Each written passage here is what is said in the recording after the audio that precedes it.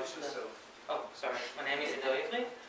My role in the library is I'm in charge of innovation and business development, which means my daily routine includes long-term planning for the library, as well as trying to engage communities of developers and other international and national cooperations with communities and or institutions.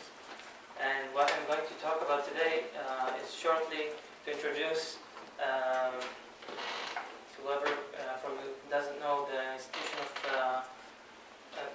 the institution of microfilm IVRI Manuscripts. I will also talk about how we're trying to transform access to these manuscripts, and then I'll touch slightly on our plans regarding non-scholarly audiences, a topic that was not really touched today naturally, but I think it raises a few interesting questions, and I would very much welcome your opinions.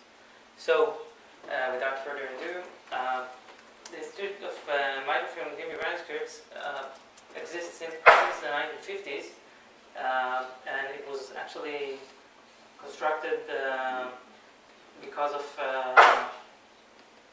a decision made by David Ben-Gurion, Israel's first prime minister. And he said, even in the 1950s, he understood that this was an important thing, important resource. Oh, just happened. Anyway.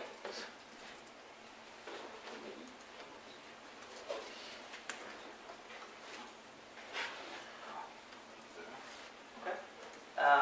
So he said that it is a debt of honor to the Jewish people in all time to collect and microfilm, that was the technology that was available then, and collect virtually all the manuscripts to this day. And in his letter to the Minister of Finance, he says, it's an effort that will take a year or even more than that, and will take up a significant amount of money, and since the National Library of Israel is doing it until today, I can say he was right on that subject as well.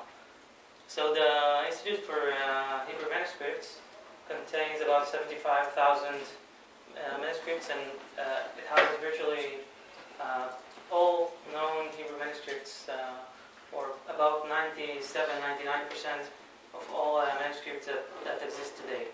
However, since the collection began in the 1950s and 60s and 70s, and the manuscripts, the microfilms were used quite extensively since then, the sources are deteriorating, and of course modern technology enables us to do slightly more. That's okay, I can probably try. Okay, so our plan regarding the manuscript collection is to significantly increase access to it on many levels. The very basic level is, of course, searching and thanks a lot.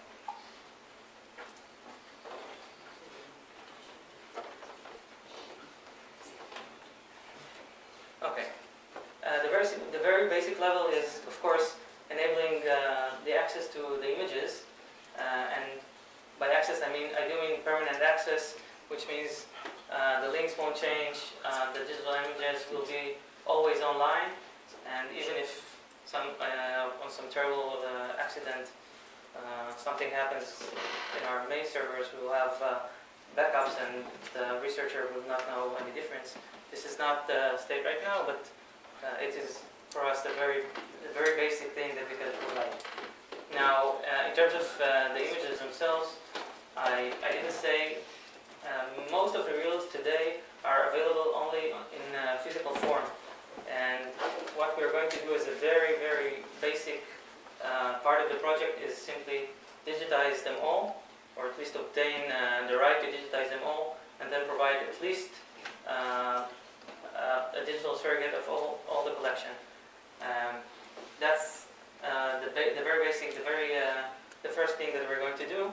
And apart from that, we're going to approach selected libraries containing about 80% of the collection and try to obtain either their digital images of the manuscripts or try to digitize ourselves, fund the digitization of the most important manuscripts. Now, this is, of course, this is only the very basic thing that we can do, and I want to show you just one more thing. We are also working on enhancing access to the images themselves. In the olden days, we used to be able to get only a lower resolution copy of every image, but today we can do much better. We are using better viewers and really bringing forward the very good quality of our preservation images. We are using not images themselves, but tiles that load, and you can really zoom and really you can see the page almost as if you're holding it in your hand. Of course, only almost.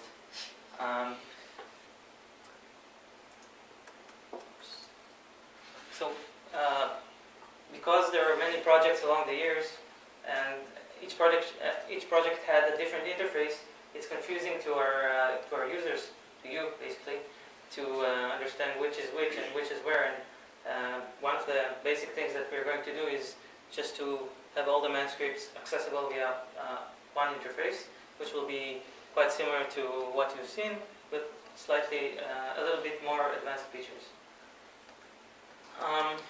Now, of course, all our manuscripts are available through our Aleph catalog, but in terms of finding, and this is it's very good that Emiliano presented before me, because he saved me some lengthy explanation of some of our directions, but this is clearly not enough in this day and age, and we are hoping to at least provide better finding aids in the sense that we'll have metadata in Hebrew and the source language, be it Latin, Judeo-Arabic, etc.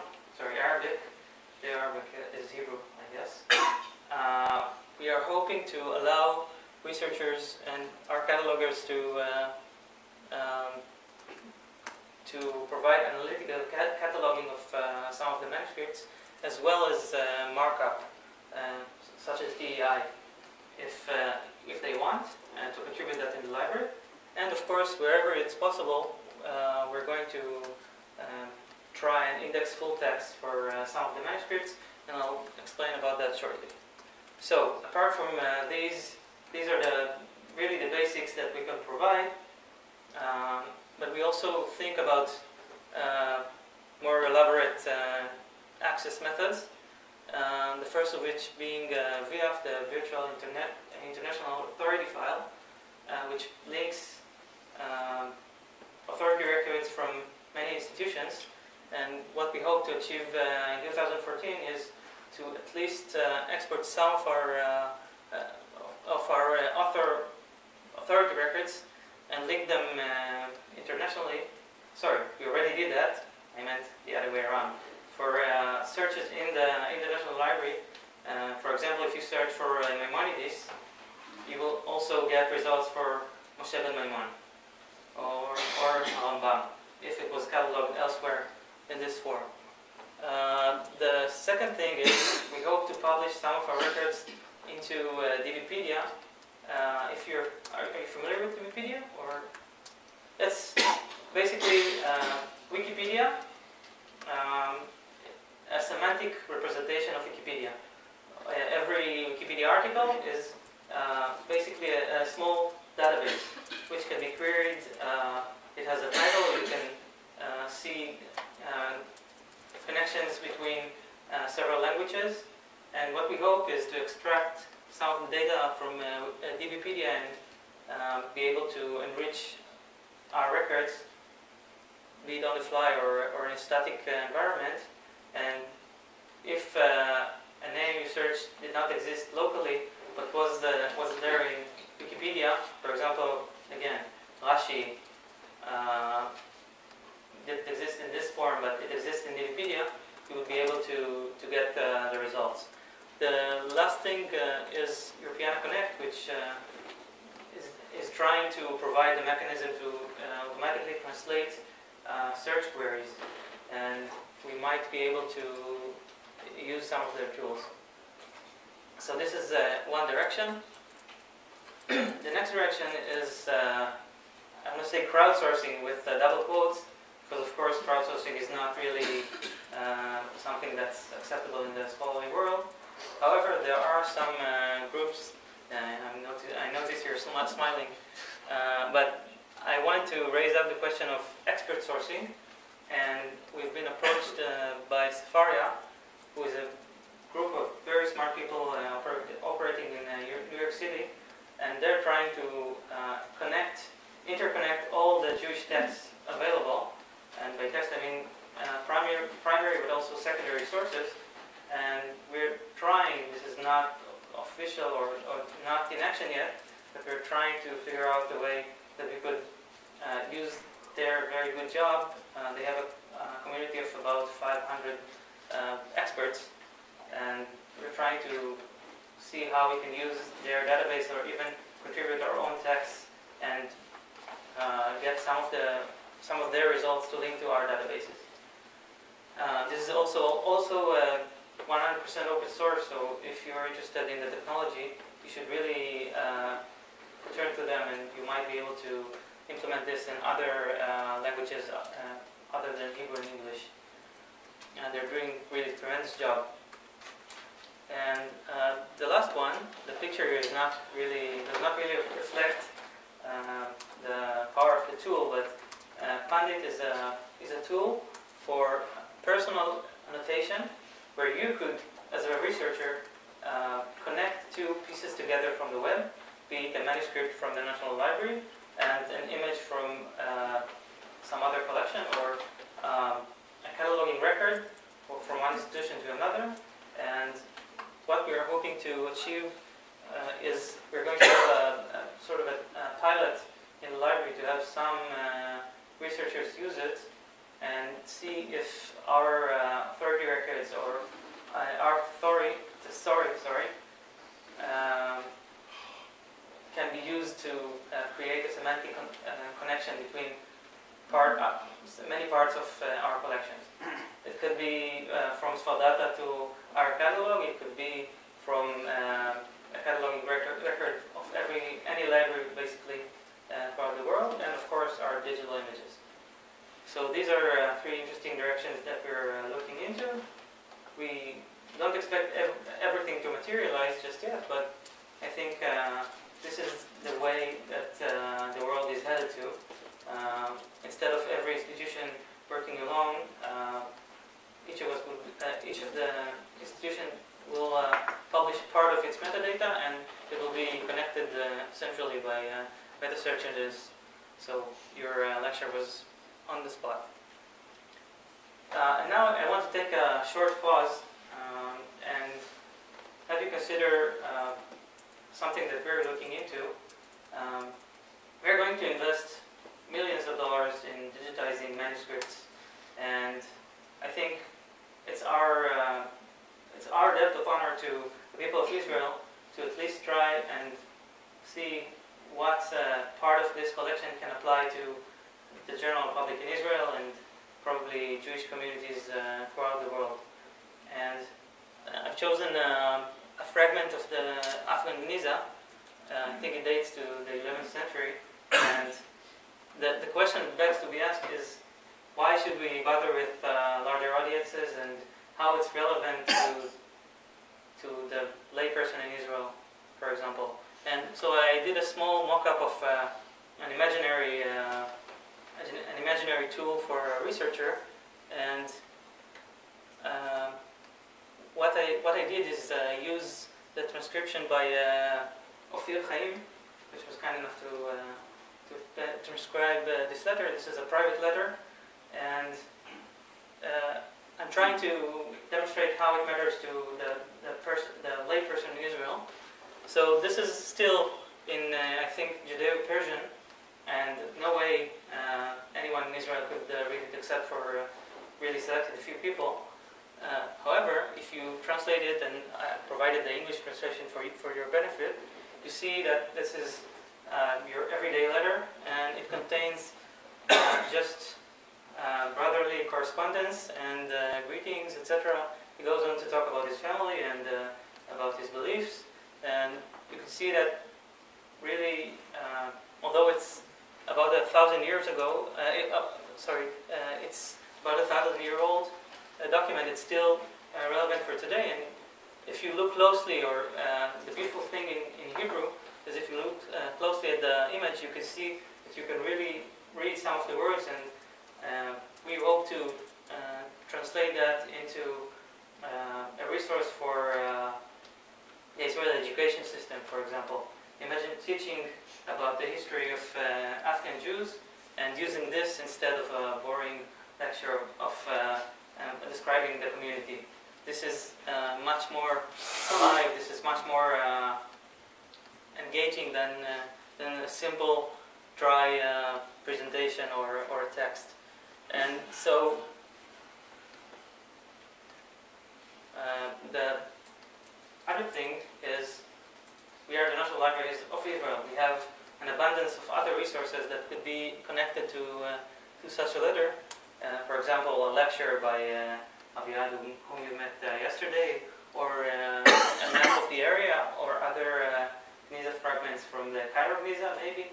And what we want to do is really, of those thousands of manuscripts, we'll take only a fraction, and we'll try to interest our larger audience with the backstory.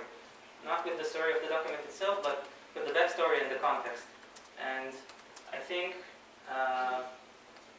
if you ask me why we're doing this, I think it is our responsibility as a National Library to make sure we have another generation of scholars in the humanities. And I think you can all agree that we want the trade to continue and thrive. So this is just sort of a short interlude. And so what has been done so far with the manuscript project? We've compiled a list containing the most important manuscripts from all over the world. We've begun to sign contracts with selected libraries across the world, such as the Valentina Library and JTS and the Hebrew Union College and many more. Over the last year, we've scanned hundreds, if not thousands, of manuscripts. And that's the tough part. We've collected them, brought them to the library, and we're starting to slowly ingest them through our system in order to provide access. Malachi can tell you that's not a simple process for us. And we still have a lot of work to do. This is a 5 to 6 year project, and it's only begun. We, of course, want to finalize the digitization. We want to secure contracts with the institutions that hold as many, or 80 or 90% of the manuscripts in the Institution for Hebrew Francophone Manuscripts. We're going to source the digital images or digitize the manuscripts, and of course we want to couple that with development of a user-friendly, a researcher-friendly, I should say, tool that allows easy manipulation of the images, and also down the road semantic linking, and really creating your own map of research that could be maybe published to help the library connect to other libraries around the world. Thank you.